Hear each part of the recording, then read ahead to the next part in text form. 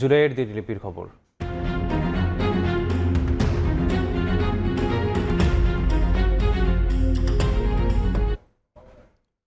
উত্তাল জুলাইয়ের এই দিনে গণসংগীত, পথনাটক, দেয়াল লিখন, স্মৃতিচারণা ও বিক্ষোভ সমাবেশের মধ্য দিয়ে বৈষম্য বিরোধী ছাত্র আন্দোলন পালন করে রিমেম্বারিং আওয়ার হিরোজ কর্মসূচি। ৩২ জুলাই দুপুরে বৈষম্য বিরোধী ছাত্র আন্দোলনের ৬ সমন্বয়ককে ছেড়ে দেয় গোয়েন্দা পুলিশ। আন্দোলন ঘিরে সহিংসতা ও আইনশৃঙ্খলা বাহিনীর ভূমিকা নিয়ে আন্তর্জাতিক মহলের উদ্বেগের পরিপ্রেক্ষিতে জাতিসংঘ ফ্যাক্ট ফাইন্ডিং দল পাঠানোর প্রস্তাব দেয় এই দিন। রক্তাক্ত জুলাইয়ের ঘটনাবহুল এই দিনের বিস্তারিত থাকছে নাজমুস সালেহের রিপোর্টে। খুন করা, জেলে ভরা, এইসব আর চলবে না। যুবলীগ, ছাত্রলীগের হাতে পিস্তল, আগ্নেয়াস্ত্র, একজন আন্দোলনকারীর হাতেও আমরা অস্ত্র বা পিস্তল কিছু দেখি নাই। গুলি করার আদেশ দিয়েছে। যারা এর পিছনে ছিল তাদের উপযুক্ত এবং দৃষ্টান্তমূলক শাস্তি। যাদের হত্যা হয়েছে সেসব হত্যার বিচার যতদিন পর্যন্ত না হবে ততদিন পর্যন্ত বাংলাদেশের কোনো মানুষ শান্তি পাবে না।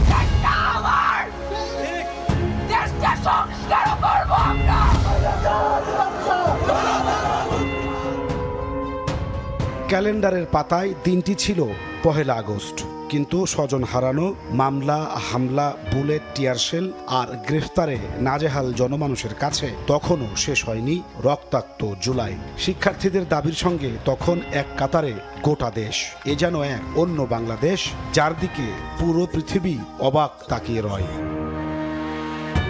ছাত্র জনতা এদিনের নাম দেয় ৩২ জুলাই। কমপ্লিট শাটডাউন, বিক্ষোভ কিংবা প্রতিরোধ নয়, এদিন দেয়া হয় খানিকটা সফট কর্মসূচি। সিদ্ধান্ত হয় ১ মাসে খুন হওয়া শহীদদের স্মরণ করে বিশেষ ধরনের কর্মসূচির রিমেম্বারিং আওয়ার হিরোজ ঘোষণা করেন সমন্বয়ক রিফাত রশিদ। আমরা একটা মাইন্ড গেমের প্ল্যান করেছিলাম। আমরা ইন্টারনালি, যেহেতু আমরা ততদিনের ভিতরে আমাদের সারা বাংলাদেশের নেটওয়ার্কটা পেয়ে গিয়েছে, আমরা সবাইকে বলেছিলাম যে আমরা মাঠের মধ্যে এই জোরালো কর্মসূচি দিব, কিন্তু আমরা কর্মসূচি আকারে দিয়েছিলাম একটা সফট প্রোগ্রাম। এবং এই প্রোগ্রামের ইন্টেনশনটা ছিল যাতে করে শিল্পী বা সাহিত্যিক, সাংস্কৃতিক কর্মী, যদি আমরা এক শব্দে বলতে চাই, তাদেরকে আবার মাঠে নিয়ে আসা।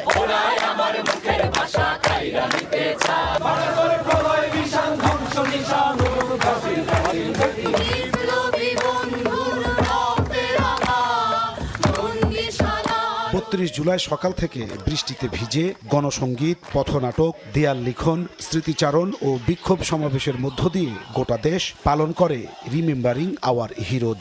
সমাবেশ করেন অভিনয় শিল্পী ও কলাকুশলীরাও, তাদেরও বাধা দেয় পুলিশ। আমার যেটা কাজ ছিল সেই কাজ হচ্ছে প্রতিনিয়ত মানুষকে মনে করায় দেওয়া স্বৈরাচারের পতন চাই। কিছু সিনিয়র অভিনেতা ছিলেন যারা আসলে মন থেকেই, আমার কাছে মনে হয়েছে, মন থেকেই আসলে রাস্তায় নেমেছিলেন, যারা আসলে চেয়েছেন যে হাসিনার পতন ঘটুক এবং স্বৈরাচারের পতন ঘটুক, গণহত্যাকারীর পতন ঘটুক। এদিন তড়িঘড়ি করে সন্ধ্যায় গণভবনে ১৪ দলের বৈঠক আহ্বান করে শেখ হাসিনা। সভায় শরিকদের সম্মতিতে বাংলাদেশ জামায়াত ইসলামী ও ছাত্র শিবিরকে নিষিদ্ধের সিদ্ধান্ত নেওয়া হয়। সে সময়ের শিবিরের সেক্রেটারি জেনারেল বলছেন, এমন সিদ্ধান্ত তাদের উজ্জীবিত করেছিল আরও।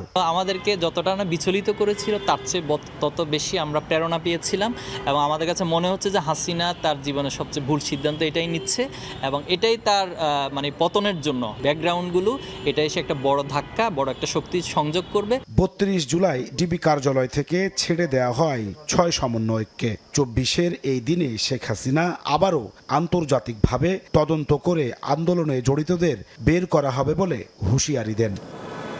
জুলাইয়ের উত্তাল দিনগুলোতে ছাত্রদের আন্দোলনে সংহতি জানিয়ে দেশের বিভিন্ন শ্রেণী পেশার মানুষ প্রতিদিনই নামছিল রাজপথে। বাকি ছিল দেশের শিল্পী সমাজ। আগস্টের ১ তারিখ ফার্মগেট এলাকায় নেমে আসেন দেশের বিখ্যাত শিল্পী এবং নির্মাতারা। ফলে ফ্যাসিবাদ বিরোধী আন্দোলন নতুন করে গতি পায়। নাজমুস সালেহী, সময় সংবাদ, ঢাকা।